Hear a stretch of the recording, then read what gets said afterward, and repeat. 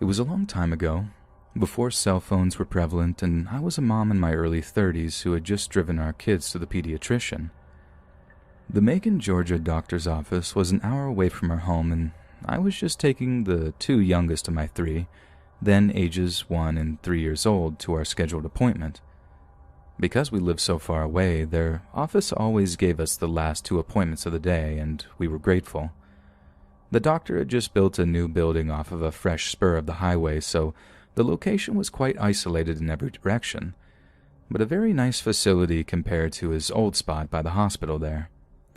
His new building was also pretty far back on the new lot, and my car, a black Jeep Cherokee that we had owned for 2 years, was one of only 4 or 5 cars in the parking lot when we got there. I parked near the front door, removed the kids from their car seats, and for the next hour or so we waited, then saw the doctor, paid, and finally exited back outside. Mine was the only car left in the lot as I loaded the children in their car seats for our trip home, but as the receptionist locked the front glass doors, my car somehow wouldn't start when I turned the key. There was just an odd clicking noise. Gathering the children once again, I knocked on the door until someone allowed us back in and asked to borrow their phone to call a nearby garage for service. I found one in the phone book, and the man said that he would come, but that it might be a bit, so I told him my location, left to go back out to the car, rolled down all the windows, and loaded the children back into their seats once more as we waited. Soon we watched as all the lights were turned out in the building again and everyone left, the cars departing one by one from behind the building somewhere, leaving us now completely alone in the parking lot. As it was still light, I spent a lot of that time trying to tend to the children, digging through our car for snacks and a bottle, making sure that they weren't getting too hot, etc. Although the service station attendant said that it was probably going to be quite a while, I was pleasantly surprised when a truck pulled into the empty parking lot pretty soon and a man got out of his pickup, smiled and nodded to me, and said that he was going to raise the hood. He was middle-aged and a bit scruffy, but quite frankly, many gas station attendants sometimes look that way, especially at the end of the day, and I was grateful when he began doing something under the hood almost immediately. I sat down again in the driver's seat with the door open, waiting for him to tell me to try the engine, but he seemed to be taking a long time checking the connections, and I longed for him to just grab jumper cables, yet he never did. Without getting out of the car, I asked him what he thought was wrong, and he said, "Oh, it's just a loose wire, not the battery," and continued doing whatever it was he was doing. I couldn't see his face at all from where I was sitting, and his hands were slightly visible through that long, horizontal slit between the windshield and the raised hood as we waited. More than once he said it was merely a loose wire, and if I would just come up here really quick, he could show me which one it was, so it would never happen again. I remember kind of smiling and shaking my head, saying that sadly there was no reason to show me anything as I didn't know anything about cars. I just thanked him and continued to stay in the driver's seat, again just waiting for the inevitable signal to try to start the ignition that was most surely coming any moment. At one point I remember thinking that he was definitely flirting as he spoke, but I was trying above all to be polite and kind as he was indeed helping us. We were hot and tired and miserable, and truthfully, I was distracted with the kids. Oddly enough, he was starting to sound a little frustrated with me because I wouldn't come up and look at the engine. I remember thinking that I certainly didn't want to make him mad where he left us there all alone with the sun sinking so quickly. And then the strangest thing happened. Another truck suddenly pulled into that desolate parking lot, and as it did, this nice guy working underneath my hood suddenly slammed it shut, ran to his truck, started it, and drove away very quickly, without even saying a word of goodbye. I was both confused and a little anxious when he did this, because I didn't know who was now arriving. I even remember feeling a little frightened that he had suddenly left me there alone with 2 little ones defenseless. Why wouldn't he at least stay and speak to whoever was parking next to me now? It certainly seemed the southerly gentleman thing to do. I looked around and was very aware once again that there were no visible cars on the road, no homes or businesses nearby, and the sun was continuing to set quickly. As this new, also unmarked pickup pulled in next to me, I got out of the car once again, this time more apprehensively. Upon exiting, though, he immediately introduced himself, and his name and voice seemed to match who I had spoken to on the phone much earlier. He then actually called me by name, apologized for being so late, and finally smiled and stared towards the road, pointing and asking who the man was that had just left so suddenly. Relieved and unfazed, I just smiled back in surprise and told him, "Well, I don't know. I thought all this time he was you." And we both laughed slightly as he then grabbed jumper cables, walked to the front of my car, raised the hood, and started to work. I immediately sat back in the driver's seat once more, suddenly grateful that, with luck, that air conditioner would be blowing full blast shortly, and once again checking the children.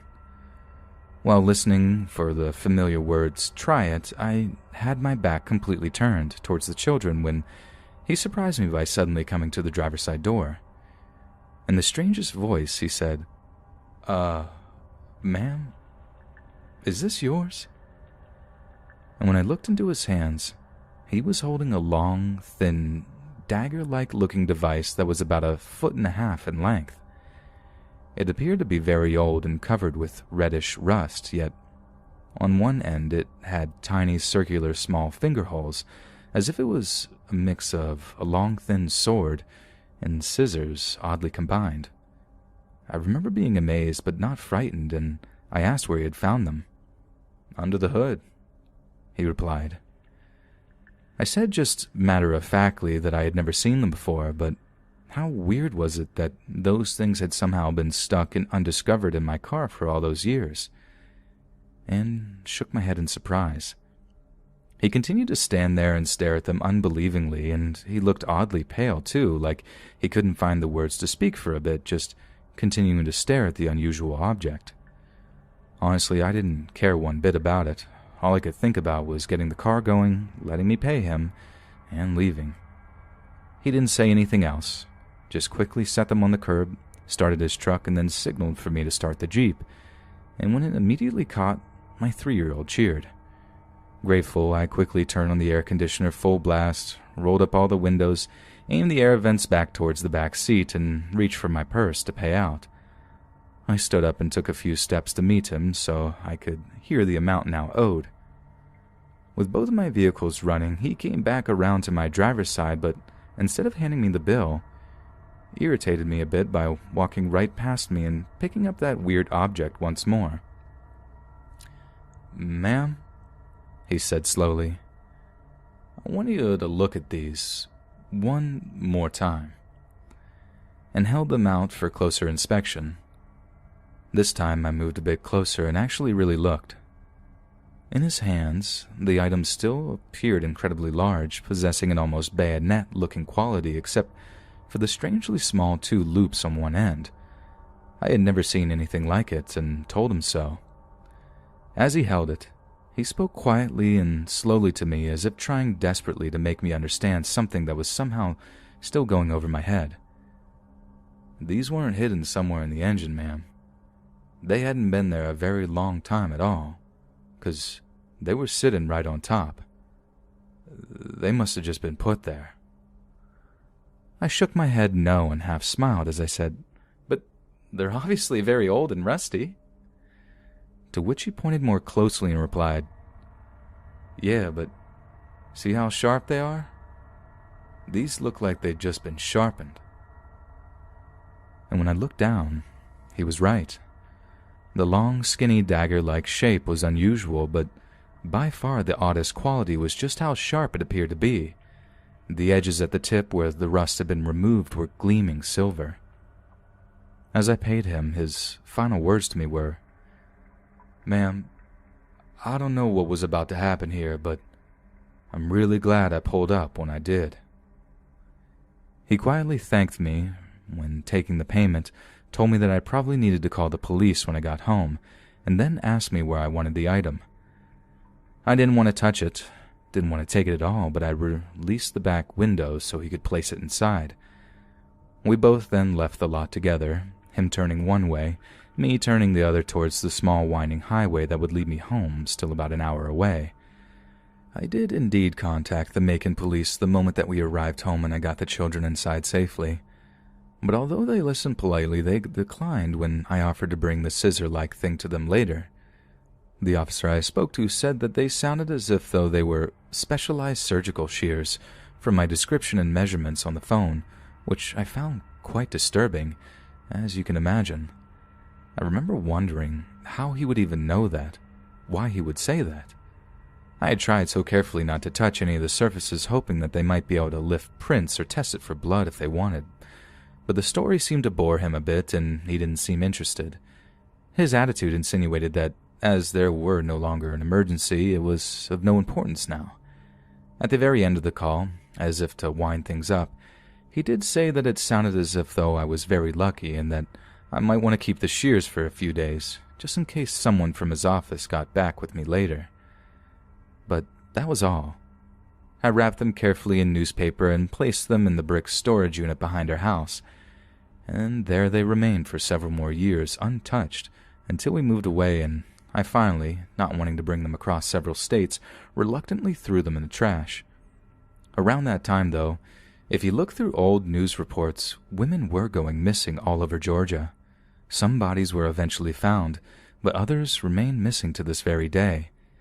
I have often wondered what would have happened if the service station attendant hadn't arrived when he did, if my children would still have a mother, if I would still have my son and daughter, if I would have missed all those years with them. I guess I'll never know. But I learned something very important about myself that day. I had always felt that I was pretty aware of my surroundings, pretty good at reading people and staying safe. But because I was exhausted and tired and hot and stranded in a different city, my common sense and intelligence simply left me for a bit and wasn't working at that time. And many of my friends and family still think that our car trouble that day and my lack of awareness could have easily have cost us our lives.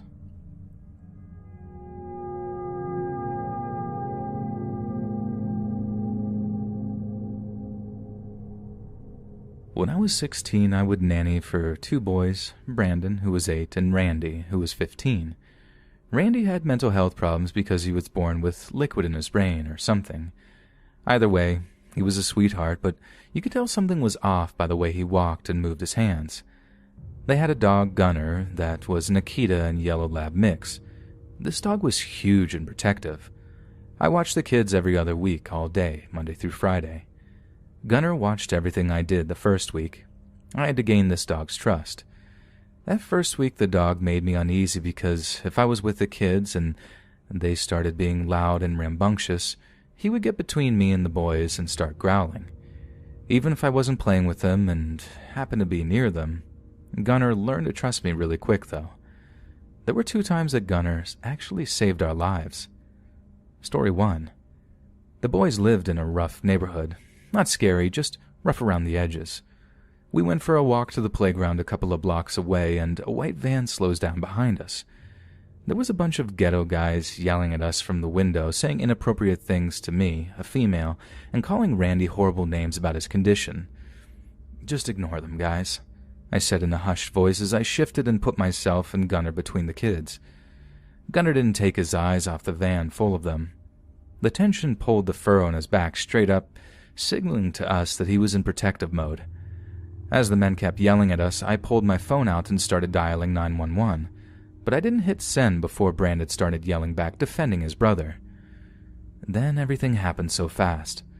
The slider back door to the van opened and 2 men jumped out. "Run!" I remember screaming at the boys just as Gunner ripped himself free from my grip on his leash. Everyone started running but me. The boys sprinted home. The dog sprinted towards the van, and I frantically tried dialing 911.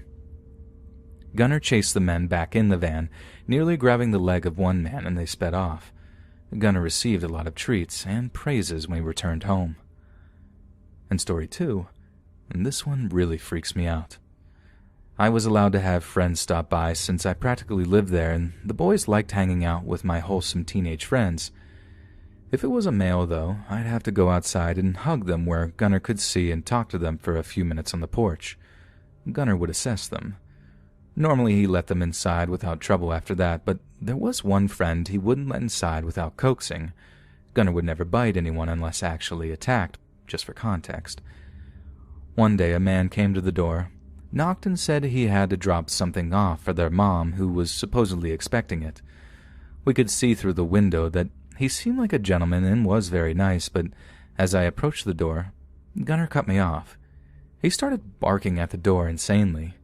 His back stood higher than my hips, and at the time I was a small girl, and the dog just forced me back. Gunnar literally prevented me from being able to reach the doorknob. He was gentle with me, but forceful. I yelled back to the guy to leave whatever was on the porch, but he seemed insistent, saying things like, "Can you really not just unlock the door for a minute? Come on, Randy knows me." But I had to tell him I physically couldn't get past the door so I could call the mom for him. The man got weird and was like, "No, that's not necessary, I'll come back another time," and rushed off. Anyway, the guy had some distinct features when I described him to the mom later, and she informed me that she had no idea who he was, and that she wasn't expecting anything. We never found out who he was, and thankfully, he never came back. So, thank you, Gunnar. You're a lifesaver.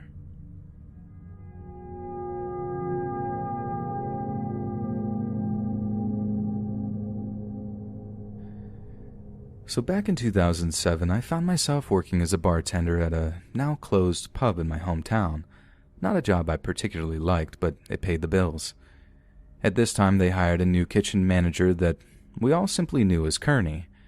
Kearney was a pleasant enough man, mostly keeping to himself, but also stayed late to help the barman do our closing duties, so we all liked him for that. New in town, Kearney had yet to find a place of permanent residence, and I had recently lost my tenants, so someone suggested he ask me. He was considerably older than the tenants I usually took in, but having had a streak of bad luck with tenants my own age, I thought an older man with a nice steady job may be a shift in the right direction, so I agreed.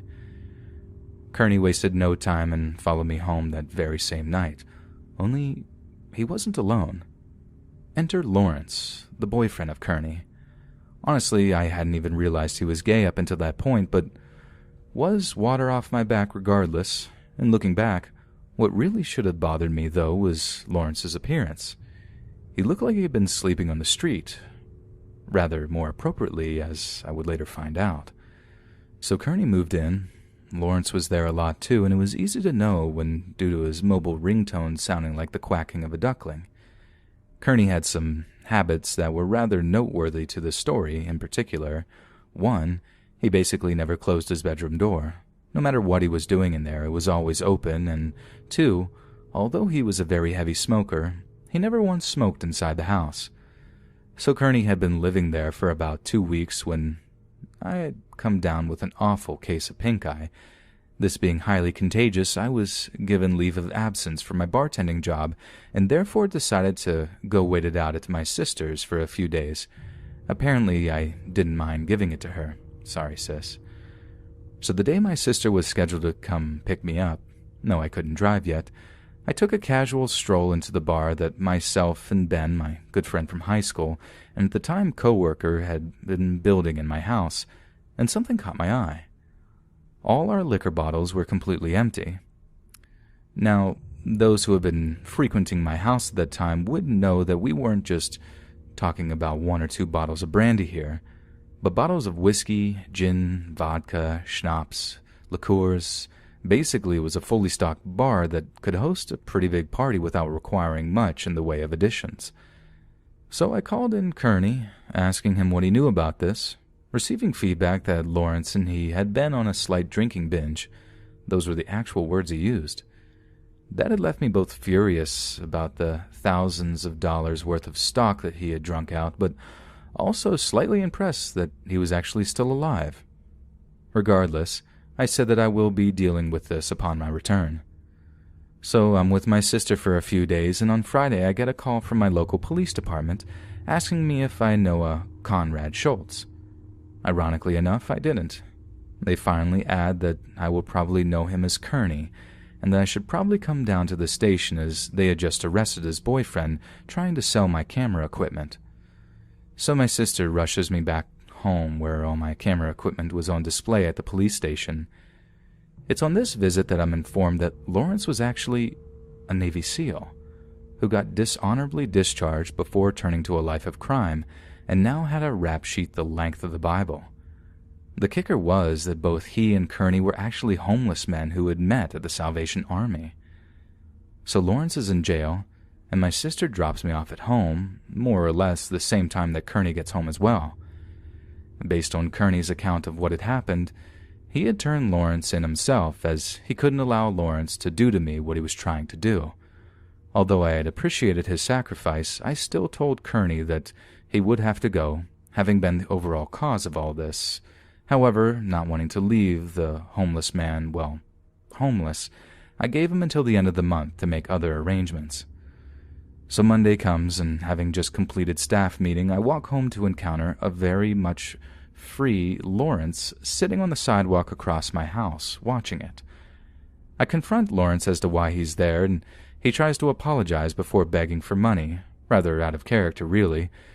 I dismissed him without giving him a cent. Now I go back to the previous night. See, I had mentioned the staff meeting for a reason, as it was at that meeting where he had gotten a rather sizable list of liquor bottles that had gone missing from the storeroom, leaving us all suspecting each other. I, however, would not have to wait long to figure out who the real culprit was, as a few days later, I opened the garbage bin in my kitchen to see the missing bottles, all empty and staring back at me.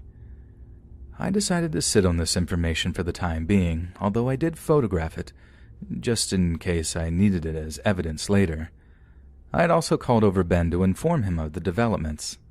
As this was quickly becoming a detective game, we decided to enter Kearney's room to search for further evidence.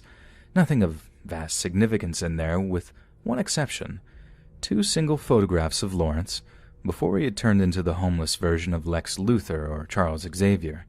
Actually, there were several of Lawrence's things still there, but as Lawrence had spent a lot of time there before the incident, I accepted this as normal.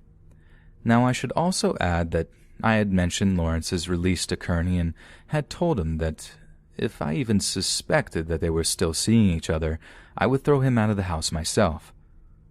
Only a few days would pass before this came into play. On this particular night, I had been bartending again, and Kearney had constantly been stopping by to help himself to draft glasses half full of wine and half full of Coke, which he would go drink outside the restaurant.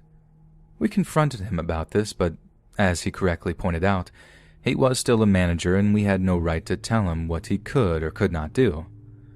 On his 4th trip, however, I had grown suspicious and decided to follow him outside, where I encountered Lawrence sitting outside sharing the half-Coke, half-wine concoctions with Kearney. This made me livid. So the next day I returned to the restaurant with my photographic evidence that I had handed over to the general manager, who was also kind of a friend of mine. Although I hadn't physically seen it, I had heard the confrontation through the office door when he fired Kearney. Kearney left, obviously upset, and apparently had no idea that I had been the one who turned him in.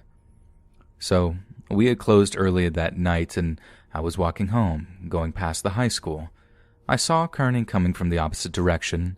He walked past me, literally only saying 2 words, "I'm scared," before disappearing into the darkness. And that would be the last time that I would ever physically lay my eyes on Conrad Schultz. So we reached the final week before Kearney's eviction was to take place. Ben had come to stay with me for that duration, as we both wanted to monitor the situation and make sure that nothing else happens. It was in this week that Kearney's behavior suddenly changed. He was constantly smoking in his room and his door was closed 24/7.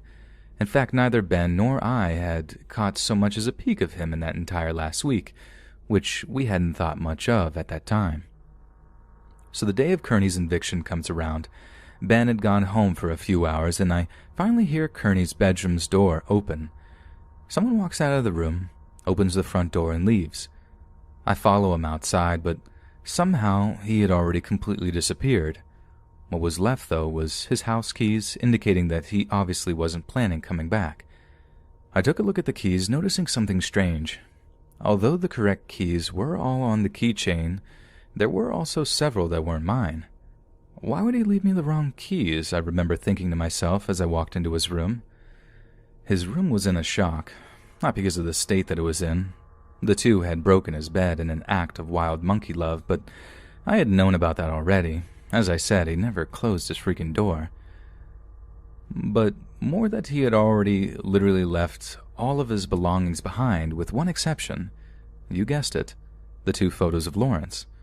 Upon further investigation, I suddenly realized that all traces of Lawrence ever being there had completely vanished, with all of Kearney's stuff left behind. There was one thing of Lawrence left behind, though, his duckling ringtone, which it turned out hadn't been so much a ringtone as an actual duckling, which now strolled around casually in the vacant bedroom, and we named him Neville. So Ben returns and gets updated about the developments, both of us thinking the way that he left was rather weird. Of course, the whole thing had been weird. It was only when I asked the infamous question that this all became a conspiracy theory.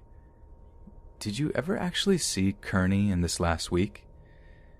It was to our shock that we realized that neither of us had. Suddenly putting puzzle pieces together, the changing habits, Neville the duck, the wrong keys, only Lawrence's stuff being gone, it was to great discomfort that we both asked the question, who had really been living in our house this past week? During the next few days, Ben and I went on a mission, searching the town, crawling into drain pipes, trying to find any trace of Kearney's whereabouts, but they all added up to nothing. Conrad Schultz had simply vanished off the face of the earth. That wasn't the case with Lawrence, though. No, he was still around. Having made some new homeless friends, we encountered him several times begging on the streets. I asked him every time, "Hey, where's Kearney, Lawrence?" But he just acted like he had never heard of him. The last time I would see Lawrence was across from work, attempting to break into a car. I called the police on him, and they had arrived rather quickly, arresting him on the spot. While he was being led away by the police, I shouted after him one last time, "Where's Kearney, Lawrence?" But he just ignored me and let the cops drag him away. The next day I filed a police report reporting Kearney as a missing person and suggesting that Lawrence may know something about it, but nothing ever came of it.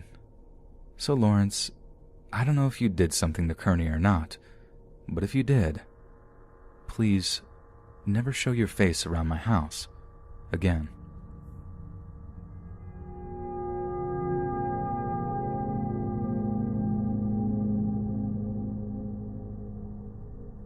My parents got divorced when I was 10 years old and my brother was 8.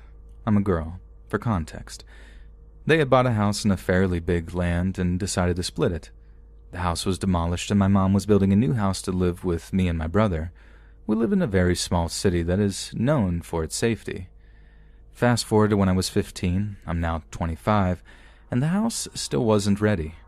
Me and my brother and mom lived in an apartment really close to where they were building the house, so we would check it from time to time. It was an evening when me and my mom were getting back from the market and decided to go check the house. As we were parking in front of the house, the car light shows a man trying to jump the fence to get in. I was really freaked out, but my mom stepped out of the car and shouted at him, asking him what he was trying to do. It was an old guy, maybe in his late 60s. He was really tall, white, and skinny.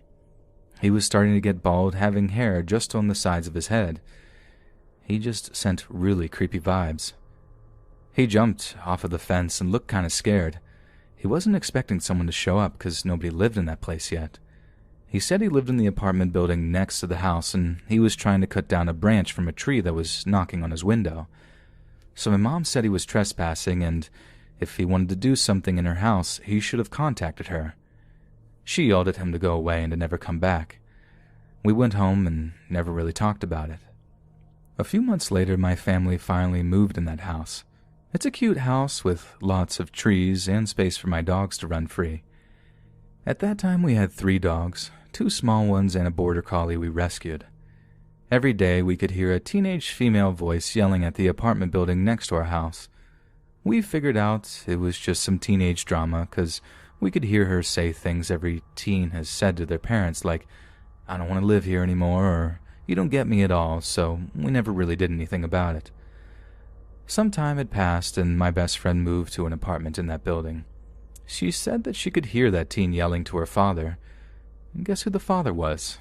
Yes, the man that was trying to get inside my yard.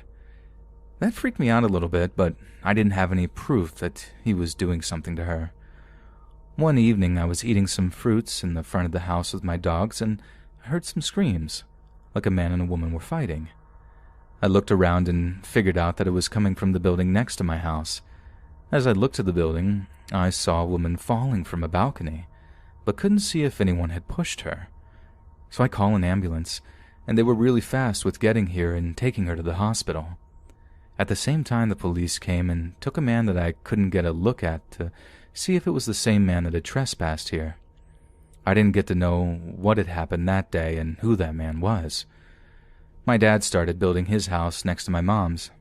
I spent a lot of time in my best friend's apartment. That was just by the creepy apartment. As I said, my yard was filled with trees, and sometimes we could see animals there like lizards, snakes, fox, possums. This day, me and my friend were in her balcony and could see a lizard walking in the wall that separated my house and the building. In the balcony next to hers, the creepy man showed up with a gun, trying to shoot that lizard. We started to scream for him, begging him not to kill the lizard. He looked up at us, surprised. I guess he thought he was alone. He didn't say anything, just went back into his apartment. I told my dad about it, and he said I shouldn't interact with that man. I was already 18, and things started to calm down, or so I thought. It was an afternoon around 4 p.m., and I was home alone. I decided to go for a walk with my border collie dog. She was really sweet, and I used to ride my bike as she followed me running, and so I was doing that. As we were coming back to my house, just passing by the building, that man throws a really big rock at my dog. She was running, so the rock hit her leg. I cursed at him and got back in my house, looking at my dog to see if she was hurt. I told my mom, and she said that I should never walk alone again. Some days later, I found a really cute but skinny cat at my college, and I was sitting down smoking, and this cat jumped in my lap.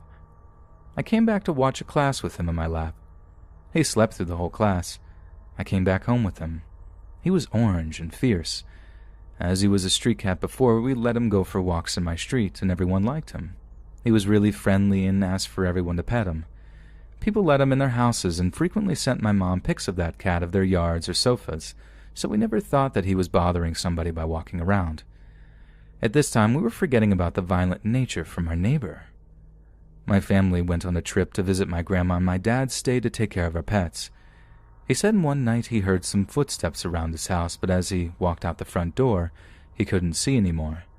He thought it was just the dogs messing around and went back to his house to sleep. When we came back, we realized one of the trees back in my mom's house was dying. It was a really big tree. We think it was over 100 years old. This tree is the biggest one in the yard, and it was always so beautiful. I should mention this is the tree that the man was complaining about the first time that we met him. So my dad went to look at that tree and found a lot of holes in it. He said it's a way to get poison inside the tree to kill it. He also said that we shouldn't tell my mom because it's going to scare her and make her really sad because the trees were the main reason that she bought the place, and I never told her about it. Some time passes, and me and my brother moved out to another town to finish our studies. I wanted to take my cat with me, but my mom said it was going to be hard for him to adapt to living in an apartment. He likes so much walking around, so I agreed that she should stay with him. A few days later, she visited me and said that my cat had died. I was heartbroken. How did it happen?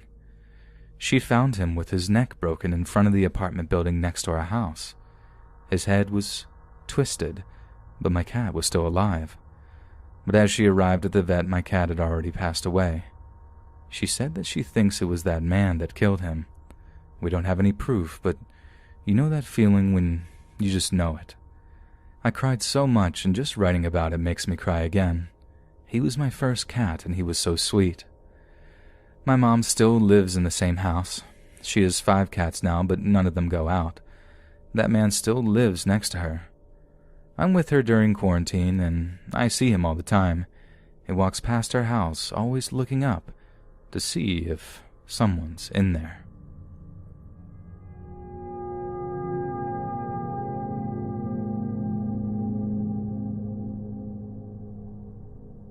To set the scene, I'm an average height, average size 20-year-old female. I've been told I'm very approachable and perhaps too nice to strangers. I sometimes just don't have the heart to tell people to buzz off, and I definitely should. Obviously, I'm not going to give specific details, but I worked in a restaurant which was inside a bigger shopping center. My stalker, an old man named Eric, worked for the actual shopping center itself and not a store inside it like me. When I was 16 and first started the job, I was quite timid and awkward and let anyone say pretty much anything to me. I didn't quite know what to say when older customers and other employees would make inappropriate comments to me. I would simply just laugh it off, whatever people would say, or not respond. In my 16-year-old mind, this was a lot easier to handle. I had one other friend at my job who was my age, and her name was Jessica. Jessica had worked there for longer than I had, and one day she asked me if I had heard of this guy who worked in the shopping center called Eric. Jessica described Eric as very strange and didn't describe him as frightening or unsettling or even someone to be afraid of, just as a very eccentric man. Really, she and other employees would laugh at his odd sayings and awkward behavior. Jessica has also told me that Eric had brought her a present on Valentine's Day, chocolate. Anyone would think this was friendly behavior or harmless flirting if he wasn't a 50-year-old something man bringing chocolates to a 16-year-old girl he barely knows. I began to see for myself that Eric wasn't just an innocent old man with a slight crush. He had other intentions. The first time I remember Eric approaching me was when I was filling up a machine near the entrance of my work.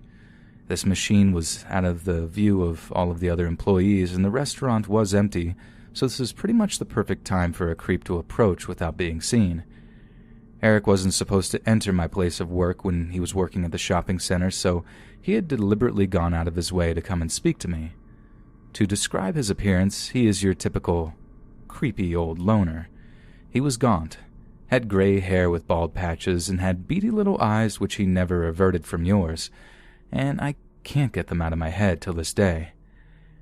Eric must have snuck up on me. As I looked up, he was standing right next to me, a little too close. I could feel his breath on my cheek. "My name is Lucy," and Eric asked me, "Lucy, are you married?" He almost giggled after he asked me this. He had a smirk on his face, which made me feel as if he was trying to pretend that he thought I was older than I was, and at 16, I looked 16. Eric liked to ask me questions that he already knew the answer to, just to see what my reaction would be. Letting me know in his own way that he had been looking up information about me on social media, he would do this frequently. I began to clock onto the fact that Eric had been going a little further than just approaching me at work, and instead stalking my social media accounts in the weeks following this first encounter, such as Twitter and Instagram, when he began asking me very specific questions about things I had posted about it in the days before. For example, I had posted on Instagram about a tattoo that I got, which was in homage to my favorite band. I was serving a customer one day, only to be interrupted by a shrill but quiet voice. It was Eric. His eyes were huge, and he looked a pure excitement and menace on his face. He had yet again entered my workplace when he wasn't supposed to, just to talk to me. He asked me, "Lucy, what's your favorite Nine Inch Nails song?" Eric relished in my discomfort. You could see by my reaction that I was clocking on the fact that he had been viewing my personal social media, and the thought of that made my blood run cold. I felt disgusting and violated. The tattoo I had gotten was covered by my work uniform, so the only way he could have seen it was by going through my Instagram page. This creeped me out majorly, but somehow I just forced myself to forget all about it and carried on working. Over the course of a few months, Eric would come into my workplace more and more frequently, asking me bizarre questions and still reciting back to me things that I had tweeted about or posted on Instagram. Every time I would see him, I would get visibly uncomfortable, and he liked this, and this is what he wanted. All while this was happening, Jessica approached me and let me know that Eric had followed her in his car on her walk home from work, slowly down to ask her where she lived. I had also been told other disturbing news about Eric from multiple different people. It seemed as if he was becoming more invested in whatever his intentions were towards me and Jessica. News had traveled to one of my managers about Eric's unsettling actions towards me, and this manager informed me that a few years ago, Eric was rumored to have followed a young girl who used to work for our restaurant into a toilet. Things didn't quite make sense to me. He was known for being a creep, yet still employed at the shopping center? On one hand, I was glad to know I wasn't just creeped out for no reason, but on the other hand, I was frightened, as he'd been doing this for years, yet no one had stopped him. There was a woman who worked at the same place as me called Rebecca, and she had some sort of disability which caused her to befriend and be trusting to people without knowing anything about them. It seems that Eric took advantage of her, as he had asked for her phone number and she gave it to him. Rebecca had shown me her text with Eric. He had texted her things like, "Rebecca, are you alone?" and "Rebecca, are you sat on the bus alone?" But the most unsettling part of all was the text from Eric that read, "Rebecca, could you please let me know any information on the girls that work at the restaurant that we worked at?" I was stunned. This was quite slowly turning into my nightmare. I was constantly questioning why this old man was so bent on finding out everything to do with my life. Why me? He had gone out of his way to source information about me through a vulnerable person I worked with, and I was scared he was going to go further.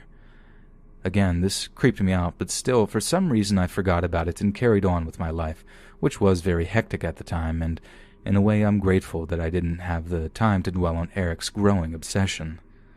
However, this was something I wouldn't be able to ignore forever, as Eric began inserting himself into my life in ways I couldn't just ignore or brush off. One night I was watching the movie Grease with my family, and I must have tweeted something stupid like, "Grease is my favorite film," because it is a great film, right?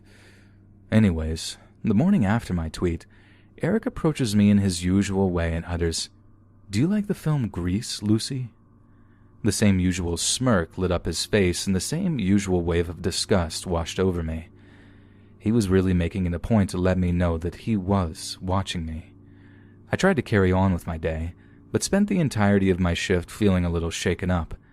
To someone reading this story, it may not seem as unsettling to you as it did to me at the time, but when someone is going out of their way to make sure you know they know information about you, you spend every waking hour thinking about what they plan to do with this information and why they insist on taunting you with this knowledge. The very second I clocked out of work and got into my car, my phone went off. This was a notification for PayPal. I clicked on this notification to see that I had received $3 from an Eric Stanley and a note attached that read, "To Lucy, Grease is the word, from Eric." He literally found my PayPal account to send me $3 with a quote from the movie attached to it. If this wasn't crazy enough, in the days following I received a string of anonymous calls, incessant calls, one after the other. I was in floods of tears and ended up having a huge panic attack. I felt like there was no escape. My phone rang and rang and rang all night. I had to turn it off to get away. Even when I turned my phone back on, the calls continued, and every time my phone would ring, my head felt like it was being impaled with the sharpest knife in the world. I was on complete edge. The phone calls that I did answer were just someone breathing down the phone, making a point to breathe heavy. I even swear that they were trying to sound like that they were touching themselves, pleasuring themselves, which sickened me. I had no proof that this was Eric, but it wasn't hard to put two and two together after all the lengths that he had gone to in order to track down my personal information. If he had found out my PayPal address, my phone number, and all my social media accounts, what was stopping him from finding out where I live, breaking in, hurting me or my family? That night I had horrific dreams in which he chased me around my house and taunted me for hours. I still have similar dreams and struggle to sleep without my boyfriend present, as I'm scared he's standing right outside my door to this day. I reported Eric to my managers, and they passed my complaint on to managers of the shopping center. At this point I was genuinely scared for my safety. Multiple girls added to my statement and added details of times that they had witnessed Eric's unsettling behavior or times that he had been inappropriate with them too.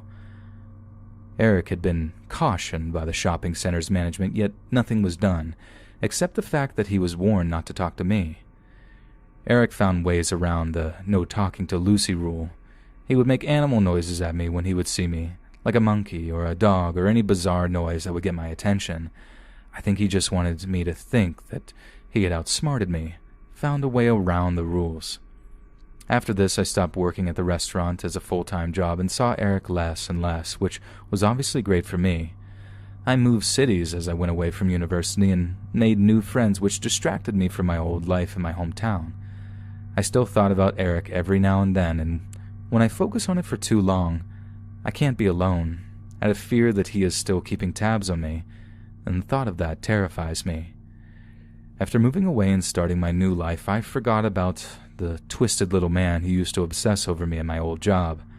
I forgot he existed, but I was soon going to remember. On Christmas Day, I was back home in my hometown with my parents. My phone buzzed, and I expected it to just be another message from a friend or family member, but I was wrong. I received a notification from PayPal, and it was the exact amount of $3. Only not from Eric this time, but from a girl whose name I didn't recognize at all. I opened up the PayPal app only to see a note attached to this payment that I had received, and the note read, "Sending on behalf of Eric." My blood ran cold again. I had forgotten all about this man and all he had done to make me feel unsafe and unsettled, and here he was again, antagonizing me. Yet, this time doing it through other people, perhaps his way of telling me that him being banned from talking to me himself won't stop him from entering my world. I threw my phone down on the couch and spent the night drinking with family until I forgot about the notification. I probably should have told someone about it, but I just wanted to do as much as I could to block him out. I didn't want him to control me anymore, and I since haven't seen or heard anything from him. And I want it to stay that way. I think Eric still works at that shopping center and lives local to me. I avoid my old workplace so I don't have to see him, and he doesn't have to see me. So to the creepy, beady-eyed freak that made me live in fear, please, never speak to me again.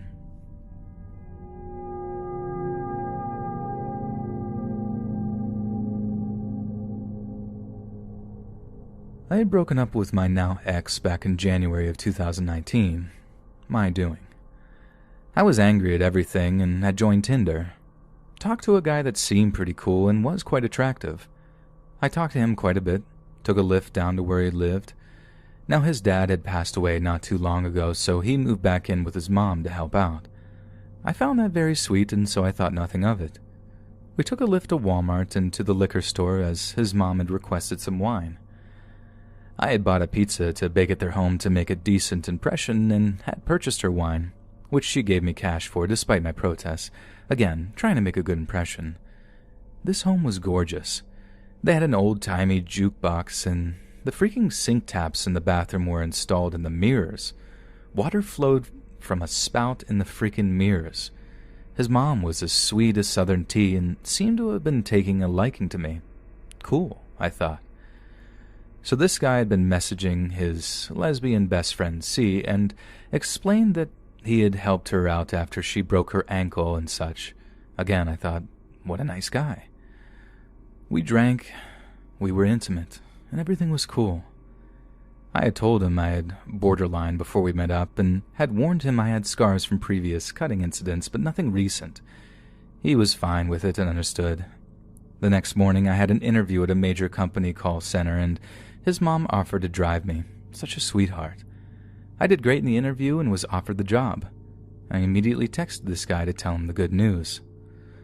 So one day when I was home and had slept for about 8 hours, I wake up to a dozen text messages and over 20 Facebook messages from him. It ranged from, "Hey, how's it going?" to, and it's hard to say this, I had seen how the messages progressed as quickly as I scrolled through and saw the one that says, and I still have the picture of it, "Those cut marks on your arm." Yeah, I wouldn't have dated a cutter anyways. Most of them are pathetic, that need to get some serious help. Might as well keep doing that since it seems to be your only friend. Dear God. I blocked him immediately. Then I posted it to my Facebook page so if anyone knew him, they could know what he was actually up to. I get a friend request from his friend C that I talked about earlier, and she filled me in. Apparently she's not a lesbian. She has broken up with him hours before befriending me, so they were still dating when he had me over, and he told her I was a lesbian. Also that he goes by his middle name. I had done a basic search with the name he provided and on his Facebook page to make sure he wasn't a felon or something crazy before meeting him. Well, when I did the search with his first real name, sure as pudding, so many charges including having illicit images of children on his computer. He'd been stalking her, pinging her phone location and messaging her stuff like, "Oh what, you're not going to leave your house?" And he told her to end her life. She had gotten the cops involved. She had sent me screenshots of the messages he was sending. We talked a bit more, and while I'm not a medical professional, it was kind of clear something was wrong. He was lying, manipulative, aggressive, angry, and obviously his moods would flip faster than mine. I offered to send her what I could of the messages in case she could use them to build a case against him. Shortly after, I got a friend request from a name I didn't recognize, something generic like Mike. Then I got a message saying, "Hey, it's Jay, how's it going? How's your job at the company that I was hired at that his mom drove me to for the interview?" I was freaked out. He knew where I worked. The building was secure, but the parking lot not so much. I got pepper spray and called my dad, who had been in the police force and such since I was alive. He advised to not carry a baseball bat because if it was wrestled for me, it could be used against me, but pepper spray was a decent choice. He also said that while online bullying isn't something the police can do much about, if he messages me again, it goes into the harassment area, and if needed, he would be reported ASAP. I was getting off of work after midnight, and I was scared out of my mind. I parked as close to the building as possible with my pepper spray in hand. Fortunately, I haven't ran into him since. I do not want to meet with him again. I've also moved since and changed jobs. If it sounds too good to be true, it probably is.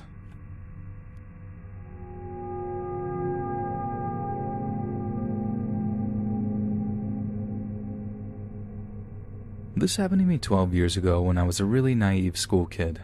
The more I reflect on it now, the more unsettling it is. I grew up in a rural community which was meant to be really safe, lots of retirees and young families. I'm a trans man, but was a few years away from realizing that at the time, so I just looked like a young girl.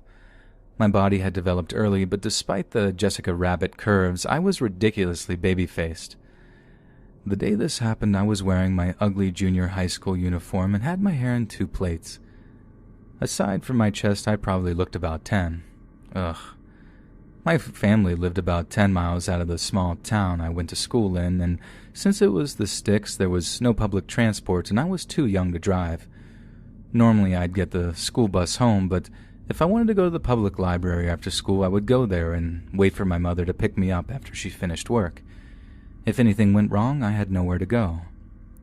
So on the day this happened, I had gone to the library alone and headed to the young adult section. It's very clearly aimed at teens with posters and beanbags and things of that nature. Normally there would be other kids there, sometimes families, but today there was only a middle-aged man sitting alone in one of the chairs. He instantly made me feel uncomfortable. It wasn't his appearance, which was dirty-looking, badly dressed, balding, overweight, dirty teeth. He didn't look homeless, just like a slob.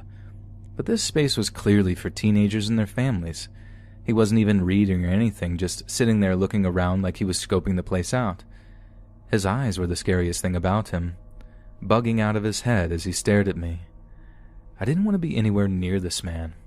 Quickly, I grabbed a few books off the shelf and went around the corner to sit in a chair in the adult fiction section. This section was also deserted. I opened a book and tried to read, but a few seconds later, I felt eyes on me. I glanced up and saw him staring at me through the bookshelves. He saw me looking and let out this eerie giggle, like he was a child caught while playing hide-and-seek. It made my skin crawl. Ignoring him, I went back to my book. Next thing I know, the creep was quickly approaching me. He sat down in the chair right next to me, so close I could smell stale sweat and cigarettes. Again, the whole place was deserted, and I felt sick. He put his face close to mine and said, "Hello." His breath was disgusting.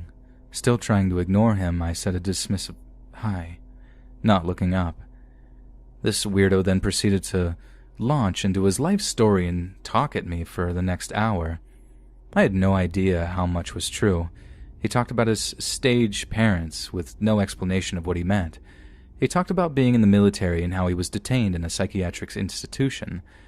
He told me he had escaped and spent days living in the woods before they caught him. And the whole time I was terrified. I wanted to get a librarian, but I was so scared he might get angry and turn violent. He had made it clear that he was psychologically unstable. At one point, he told me his name and asked for mine. I was panicking too much to give him a fake one. The worst part was he asked me how old I was. Again, too scared to think of a lie, I told him I was 14. I hoped it would put him off. Nope. He brightened up and said that he'd wait until I was old enough to marry him. He said I was a good-looking girl, nice and a good listener, and that I'd make a good wife for him. At that point, I hadn't even held hands with anybody. In a huge turn of luck, my phone started to ring. Instantly, I answered it. It was my mother, telling me she was parked outside. Flooded with relief, I told her I'd be out in a moment. Looking back, I should have stayed on the phone, but for some stupid reason, I thought I'd be in trouble if I told her about the man. I grabbed my things and told him my mother was here and I had to go. My blood ran cold when he told me that he had seen me before and would be waiting for me to come back. I don't know why I didn't tell an adult. I think I was scared, both of getting in trouble and even more of him getting mad and doing something to me. I was so ill-equipped to deal with something like this and probably hoped if I just ignored it, it would go away. The next day I did tell some friends at school. One told her mother, who was horrified. My friend had a lot of younger siblings and they often went to that library. Often we went together and they had driven me home before. That turned out to be my saving grace. I have no idea what might have happened otherwise. That day after school, my friend and her mother went to the library with other siblings as they were already planning to do. It turns out this creepy man really had been watching me intently. He was back and proceeded to approach the family and ask about me by name. The mother told him he needed to stop harassing young girls and threatened to call the police. I'm still so grateful to that woman for standing up for me like that. Miraculously, it seemed to work. I never went to the police, but no, I probably should have. I lived in that area for another 5 years and never saw him again. Hey friends, thanks for listening. Be sure to subscribe and click that notification bell to be alerted of all future narrations. If you got a story, be sure to submit them to my subreddit, r/Let's Read Official, and give and receive feedback from the community and maybe even hear your story featured on the next video. And join my Discord to interact with me and other listeners directly. And if you want to support me even more, grab early access to all future narrations for just $1 a month on Patreon, and maybe even pick up some Let's Read merch on Spreadshirt. And check out the Let's Read podcast, where you can hear all these stories in long compilation form and save huge on data, located anywhere you listen to podcasts. Links in the bio. Thanks so much, friends. And remember, we have to save the Ninja Turtles.